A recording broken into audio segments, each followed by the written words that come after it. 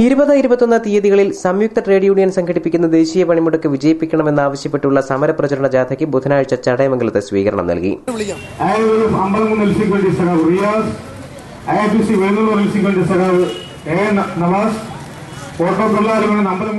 CITU Chadayamangalam village secretary D Santhosh സ്വീകരണ യോഗത്തിൽ അധ്യക്ഷനായി.